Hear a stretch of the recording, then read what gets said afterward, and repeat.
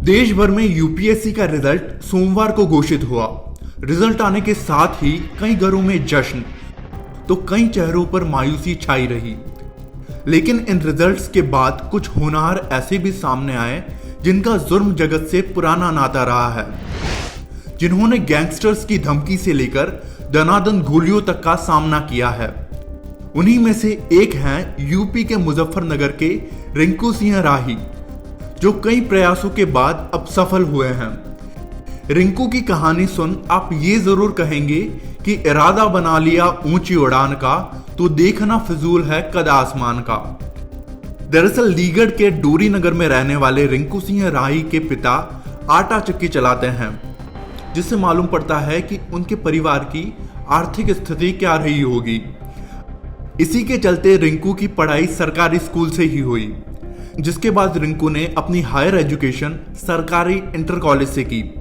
अच्छे नंबरों के चलते उन्हें स्कॉलरशिप मिली और फिर उन्होंने टाटा इंस्टीट्यूट से बीटेक किया, जिसके बाद 2008 में उनका पीएससी में चयन हुआ और रिंकू 2008 में ही पीएससी अधिकारी बने। उन्हें पहली तैनाती मुजफ्फरनगर में बतौर समाज कल्याण अधिकारी मिली। पोस्टिंग के ठीक एक साल बाद 2009 में उन्होंने समाज कल्याण विभाग में 83 करोड़ रुपए का घोटाला उजागर किया। घोटाला सामने आने के बाद से ही विभाग के लोग ही उनके दुश्मन बन गए और उस दुश्मनी का नतीजा ये रहा कि उन पर एक दिन कई राउंड फायर और दनादन गोलियां चलने लगी और वो बुरी तरह घायल हो गए। वर्तमान में मैं राजकीय ISPCS coaching centre Nizampur Hapur में तैनात हूँ और चूँकि यहाँ से जो स्टूडेंट्स तैयारी कर रहे होते हैं और उनकी तैयारी को देख के उनसे कुछ इंस्पिरेशन मिलता है मुझे भी कि मुझे भी तैयारी करनी चाहिए। उनकी मेहनत देखकर उनकी जो प्रभाव जो सिलेक्शन हुए हैं उनके जो भाव निकले तो उससे एक प्रेरणा मिलती है और उसी प्रेरणा के कारण ही मैं अपनी तैयारी को कंटिन्यू रख सका लंबे समय तक। रिंकू को 7 गोलियां लगी, लेकिन गनीमत रही कि उनकी जान बच गई। लेकिन उनको एक आंख गंवानी पड़ी और पूरा चेहरा बिगड़ गया।